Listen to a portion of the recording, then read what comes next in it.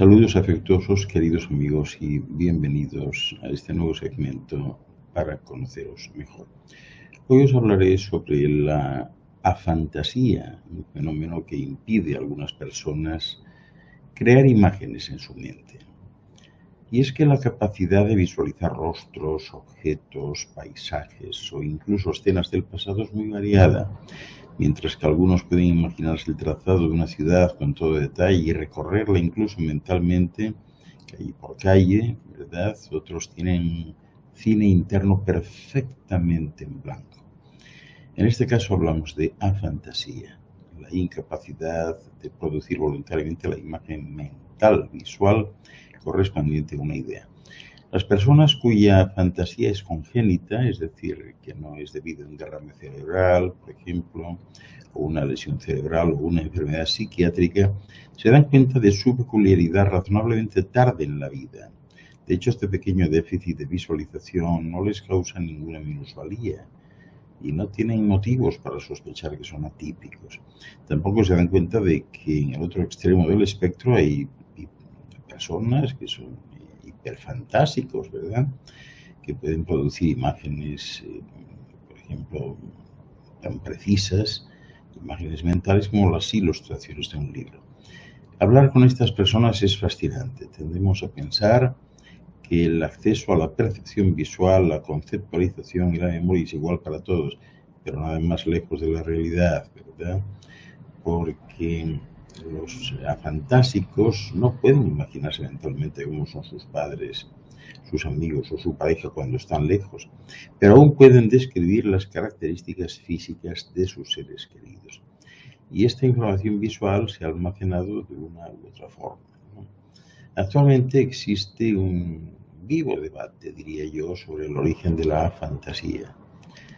Está relacionada con un déficit perceptivo, hay factores emocionales y psicológicos envueltos, una ligera dificultad para acceder a las propias sensaciones, hay muchas inquietudes, ¿verdad? Demasiadas inquietudes. Hace poco se ha hecho una prueba en la que se les planteaba una pregunta, ¿no? Y a los participantes, y dos de ellos, Pablo Bartolomeo y Jean-Yao Liu, estudiantes de doctorado del equipo de Neurofisiología y Neuroimagen Funcional del Instituto del Cerebro de París, reclutaron a 117 voluntarios. De ellos, 44 eran fantásicos y 31 hiperfantásicos y 42 personas con imaginación mental típica, y les sometieron pues, a una prueba de imaginación mental y de percepción visual. Esta prueba, que ellos denominaron Batería de Percepción de la Imaginación, BIP, fue diseñada para evaluar el vínculo entre la percepción y la imaginación mental a través de las distintas cualidades visuales que permiten describir una escena, como la forma, el color, la posición en el espacio, etc. Y también pues la presencia de palabras o la presencia de rostros, ¿no? El caso es que se pidió a los participantes que mirasen una pantalla en blanco y al mismo tiempo una voz fuera de la pantalla anunciaba una calidad visual, como forma, ¿no? Seguida de dos palabras correspondientes a conceptos que tenía que materializar en sus mentes con la mayor precisión posible. Por ejemplo, castor o zorro. La voz también les daba un calificativo, por ejemplo, largo, ¿verdad? Y se pedía a los participantes que decidieran cuál de los dos, el castor o el zorro, se ajustaba mejor al epíteto largo. Se registraron la rapidez y la pertinencia de las respuestas y se pidió a los encuestados que evaluasen la calidad de la imagen mental que habían logrado o no producir a partir de la descripción. Por último, tuvieron que realizar una prueba de percepción en la que los estímulos se presentaron en formato visual. El zorro largo apareció en forma de imagen acompañada de su descripción sonora, sin que los participantes tuvieran que imaginarse. Los resultados de la prueba al final indicaron que el rendimiento de las personas con la fantasía es equivalente al de otros grupos en cuanto a percepción y capacidad, ¿verdad?, de asociar pues, un concepto con su representación, ¿no? Con una excepción. Los afantásicos son por término medio más lentos que los hiperfantásicos. y que los típicos a la hora de procesar la información visual, sobre todo las formas y los colores, y además confían poco en la exactitud en sus respuestas. Ciertamente hubo estudios anteriores, que hay que decir también que resultaron importantes y que demostraron que los afantásticos pues, eran igual de rápidos que el resto de las personas a la hora de responder a preguntas que requieren manipular conceptos abstractos. Por lo tanto, para ellos solo se retrasa el procesamiento de la información visual. ¿Cómo se explica este fenómeno?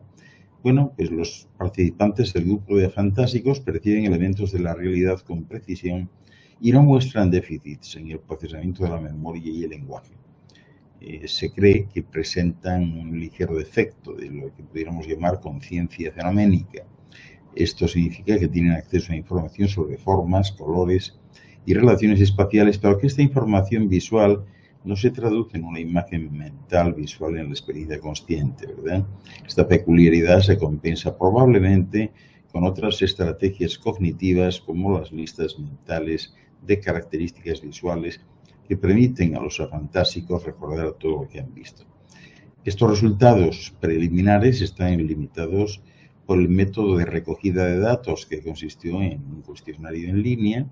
Sin embargo, nos sitúan en una vía prometedora para entender cómo funcionan las imágenes mentales visuales. Futuros estudios, tal vez, no se sabe, pero sí se argumenta que a lo mejor pudieran revelar los mecanismos neuronales subyacentes a estas relaciones y en última instancia ayudarnos a comprender los déficits de visualización específicos de los pacientes con ictus. También se espera desarrollar herramientas de intervención para ciertas enfermedades psiquiátricas como el trastorno de estrés postraumático, el TPT, que se caracteriza por la irrupción de imágenes de recuerdos traumáticos. Si pudiéramos librar a los pacientes de estas imágenes mentales intrusivas, favoreceríamos enormemente su recuperación. En fin, espero que esto os sirva para algo por si conocéis algún caso. Haz luz y salud a todos.